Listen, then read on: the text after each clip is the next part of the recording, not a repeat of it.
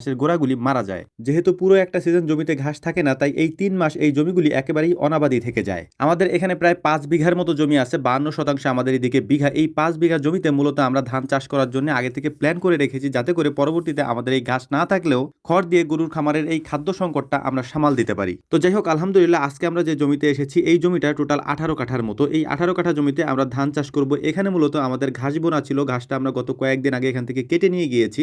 আগেই বলেছি এই সিজনে যখন বোনা ঘাসগুলি কাটা হয় তখন ওই ঘাসের গোড়াগুলি অতিরিক্ত বৃষ্টি পাওয়ার কারণে, অতিরিক্ত বৃষ্টির পানির কারণে একেবারে মরে যায়। পরবর্তীতে ওই ঘাসগুলি আর তেমন একটা হয় না, ফলনও তেমন ভালো হয় না, যদিও কিছু থাকে। এ কারণেই মূলত আমরা এই জমিটাতে ধান লাগিয়ে দিচ্ছি, যাতে এই জমিটা আপাতত অনাবাদি না থাকে।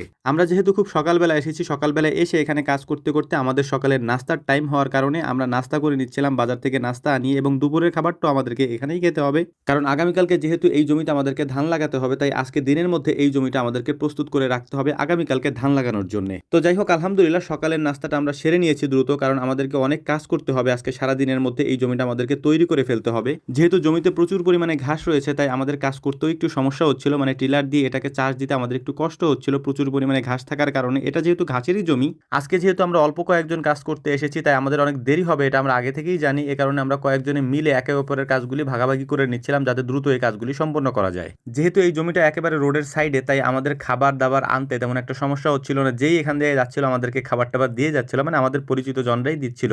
জমি চাষ দেওয়ার ক্ষেত্রে আমাদের অনেক বেশি সময় লাগবে। এটার কারণ হচ্ছে এখানে যেহেতু ঘাস বোনা ছিল এবং ঘাসের গোড়াগুলি এখানে রয়েছে, ওই গোড়াগুলি উঠাতে আমাদের একটু সময় লাগতেছে। এরপরে এটাকে আমাদেরকে বাছতে হবে, বেছে বেছে ওই গোড়াগুলিকে এখান থেকে ফেলে দিতে হবে, না হলে এখানে ধান লাগানোর সময় অনেক বেশি কষ্ট হবে, কারণ হাতের মধ্যে ওই গোড়াগুলি ঢুকে গেলে অনেক বেশি সমস্যা হতে পারে। আকাশে তেমন বৃষ্টি নেই, তবে আকাশ মেঘলা। যদি বৃষ্টি হতো তাহলে আমাদের জন্য আরেকটু সুবিধা হতো, যদিও আমরা আমাদের পানির যে পাম্প আছে, মানে আমাদের এখানে যে স্যালো মেশিন আছে, সেটা আমরা চালিয়ে নিয়েছি এবং পানি দিয়ে কাজগুলি করার চেষ্টা করছিলাম। আকাশ থেকে বৃষ্টি পড়লে সব জায়গায় সমানভাবে পানি পৌঁছায়, কিন্তু এভাবে যদি আমরা মানে আমাদের পাম্প দিয়ে পানি দিই, সেক্ষেত্রে সব জায়গায় পানি পৌঁছায় না এবং সময় লাগে অনেক বেশি। তো যাই হোক, আলহামদুলিল্লাহ দেখতে দেখতে আমাদের জমি চাষ দেওয়া শেষ হয়ে গিয়েছে। এখন কাজ হচ্ছে মই দেওয়া। মই দিয়ে এই জমিটাকে সমান করাটা আমাদের এখন সব থেকে গুরুত্বপূর্ণ একটা কাজ। এর পাশাপাশি এখানে যে ময়লাগুলি আছে, মানে এখানে যে ঘাসগুলি আছে, সেই ঘাসগুলিকে আমরা পরিষ্কার করছিলাম। পরিষ্কার করে এগুলিকে আইলের উপরে আমরা সুন্দর করে সাজিয়ে রাখছিলাম, যাতে করে এগুলি আমাদের জমির মধ্যে না চলে যায়। জোহরের নামাজের সময় আমরা কিছুটা বিশ্রামের সুযোগ পাই। এরপরে প্রায় 3টার দিকে আমাদের দুপুরের খাবার আসে। দুপুরের খাবার আসার সাথে সাথে আমরা কেউ আর কাজে থাকি না, সবাই কাজ থেকে উঠে হাত মুখ ধুয়ে তারপর খাওয়া দাওয়া করে তারপর বাকি কাজ আমরা করার চেষ্টা করি।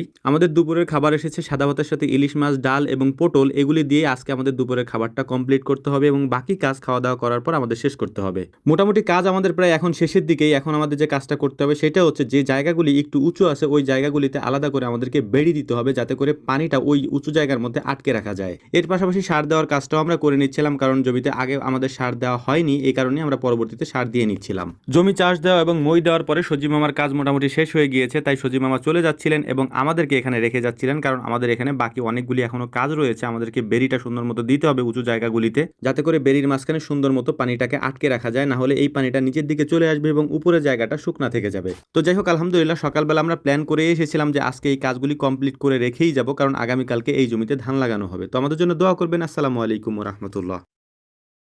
Every single candle tells a story of buyers and